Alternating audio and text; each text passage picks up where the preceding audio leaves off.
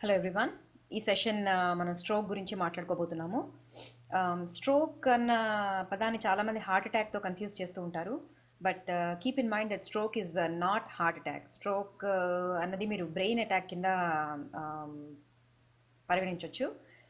So remember that stroke is brain attack and not heart attack. And ఈ ప్రెజెంటేషన్కి 2 parts ఉన్నాయి. You're watching the first part నా. So stroke అంటే ఏంటి? As I mention just now, దాన్ని మీరు brain అటాక్గా ఊహించుకోండి. బ్రెయిన్ మిగతా అన్ని ఆర్గన్స్ లాగానే it gets oxygen and nutrition nourishment from blood. And ఈ బ్లడ్ ఏమో ఒక series of meshwork of blood వెసల్స్లో ఫ్లో అవుతూ అన్ని పార్ట్స్ ఆఫ్ ద బ్రెయిన్కి ఈ నరిష్మెంట్ని ప్రొవైడ్ చేస్తాయన్నమాట.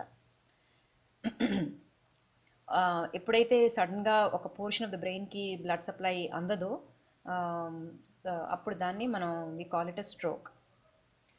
అండ్ ఈ బ్లడ్ సప్లై అందకపోవడం వల్ల that portion of the brain will not get the oxygen supply or nutrients, resulting in brain damage or even death.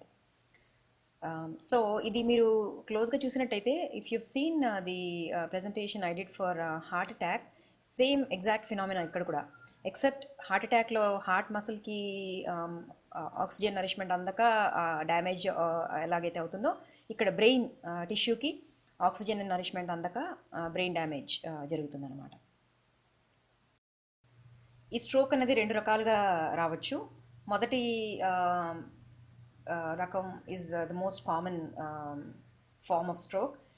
ఇందులో ఈ బ్లడ్ వెసల్స్ ఏవైతే బ్రెయిన్కి సప్లై చేస్తాయో, వన్ ఆఫ్ దోస్ బ్లడ్ వెసల్స్లో కనుక బ్లాకేజ్ ఫామ్ అయితే, క్లాట్ ఒకటి దాన్ని బ్లాక్ చేస్తున్నట్టయితే బ్లడ్ ఫ్లోని, అది ఒక one of the major types of strokes అనమాట. దీన్ని ఇస్కీమిక్ స్ట్రోక్ అంటారు. As I mentioned few minutes ago, ఇది most common form of stroke. రెండో రకం ఎలాగా రావచ్చు అంటే, ఈ one of the blood vessels బ్రెయిన్కి there is a rich network of blood vessels in the brain అనమాట.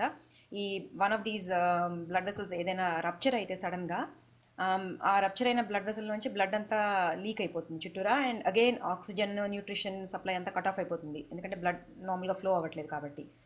సో అది ఇంకో రకంగా వచ్చే స్ట్రోక్ అనమాట. దీన్ని హెమరాజిక్ స్ట్రోక్ అంటారు. ఈ haemorrhagic stroke is not as common as ischaemic stroke. So మొదటి టైప్ నేను మెన్షన్ చేసింది ఇక్కడ ఇస్కీమిక్ స్ట్రోక్, అంటే క్లాట్ వల్ల వచ్చేది. రెండో టైప్ ఏమో బ్లీడింగ్ వల్ల వచ్చేది. ఇదేమో హెమరాజిక్ స్ట్రోక్. ఈ పిక్చర్లో మీరు చూడొచ్చు స్ట్రోక్, ఇస్కీమిక్ స్ట్రోక్ అంటే బ్లడ్ క్లాట్తో వచ్చే స్ట్రోక్ ఎలాగా ఉంటుంది అన్నది. మీకు స్క్రీన్లో కనిపిస్తున్నది బ్రెయిన్ టిష్యూ, రెడ్గా ఉన్నవి ఆర్టరీస్. సో ఈ ఆర్టరీస్ ఏమో ఇలాగా చిన్న చిన్న బ్రాంచెస్ కింద డివైడ్ అయ్యి మొత్తం బ్రెయిన్ అంతటికి ఆక్సిజన్ న్యూట్రిషన్ సప్లై చేస్తాయన్నమాట. అయితే వన్ ఆఫ్ ది ఆర్టరీస్లో దెర్ ఈస్ అ క్లాట్. మీకు లోవర్ రైట్ హ్యాండ్ సైడ్ ఉన్న ఇమేజ్లో you see the blood vessel, అందులో మధ్యలో క్లాట్ లాగా ఫామ్ అయింది. సో ఈ బ్లడ్ క్లాట్ ఫామ్ అవడం వల్ల ఏమైందంటే బ్లడ్ ఫ్లోకి అబ్స్ట్రక్షన్ ఏర్పడింది. దాంతో అక్కడ ఉన్న టిష్యూకి ఆక్సిజన్ నరిష్మెంట్ ఏమీ అందట్లేదు అనమాట. సో అందుకని మీకు ఒక బ్లూ టింజ్లో కనిపిస్తుంది. అంటే బేసిక్లీ ఏంటంటే ఆ tissue is going through damage అనమాట. So basically brain damage and also tissue death కూడా దీని నుంచి రావచ్చు. This is called ischemic stroke. ఈ ఇమేజ్లో యూ కెన్ సీ దట్ ఇక్కడ మనకి రప్చర్ అయిన బ్లడ్ వెసల్ కనిపిస్తోంది లోవర్ రైట్ హ్యాండ్ సైడ్. ఇలాగే ఇందాకట్లాగానే బ్రెయిన్కి ఆక్సిజన్ సప్లై చేయడానికి ఆర్టరీస్ అన్ని ఇలాగ బ్రాంచ్ అవుట్ అయ్యాయి. అయితే వన్ ఆఫ్ ది ఆర్టరీస్ అది రప్చర్ అవ్వడం వల్ల దాంట్లో ఉన్న బ్లడ్ ప్రాపర్గా టిష్యూకి వెళ్లకుండా బయటకంతా లీక్ అయిపోతుంది.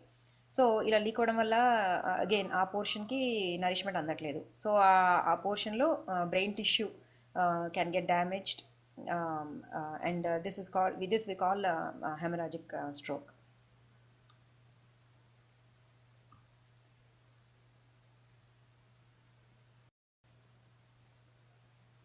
అండ్ ఎందుకు స్ట్రోక్ గురించి మనం అంత భయపడాల్సిన అవసరం ఏముంది? What can it do? Well, stroke అన్నది చాలా సీరియస్ కండిషన్.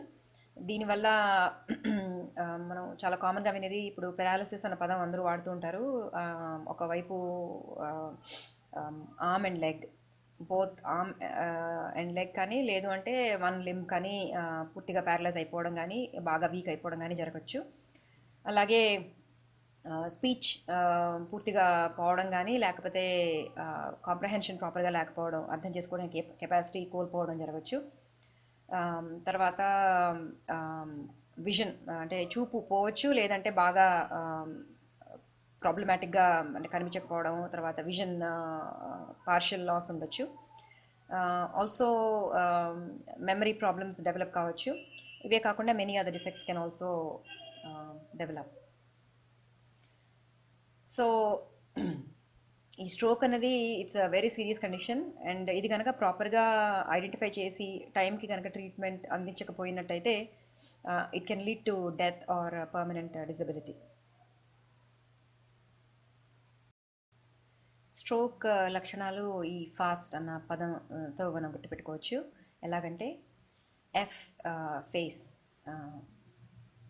మొహంలో ఒక భాగం అంటే ఒక హాఫ్ పూర్తిగా ముద్దుబారిపోవడం, లేకపోతే మూతి వంకరపోవడం. Or sudden loss of vision అంటే పూర్తిగా కానీ పార్షియల్గా కానీ విజన్ లాస్ ఉండడం ఒక సైడ్. ఏ ఆర్మ్ కానీ లెగ్ కానీ అంటే చెయ్యి కానీ కాలు కానీ సడన్గా వీక్ అయిపోవడం, లేదంటే పూర్తిగా మూవ్ చేయడానికి అవ్వకపోవడం, అంటే ప్యారలైజ్ అవ్వడం.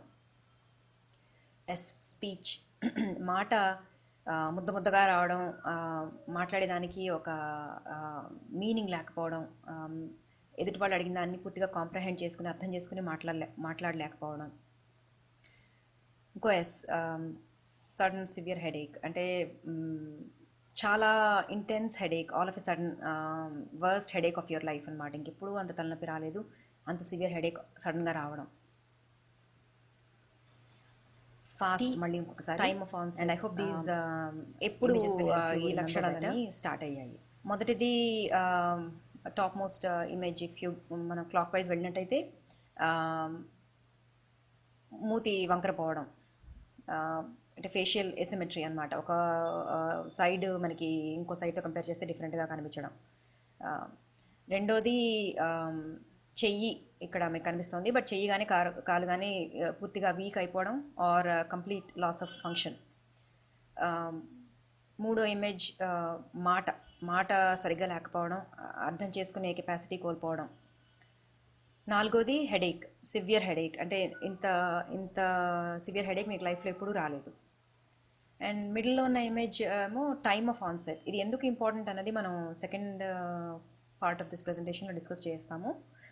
బట్ ఏ టైంకి ఇవి సిమ్టమ్స్ స్టార్ట్ అయ్యాయి అన్నది చాలా క్రూషియల్, అది గుర్తుపెట్టుకోవడం.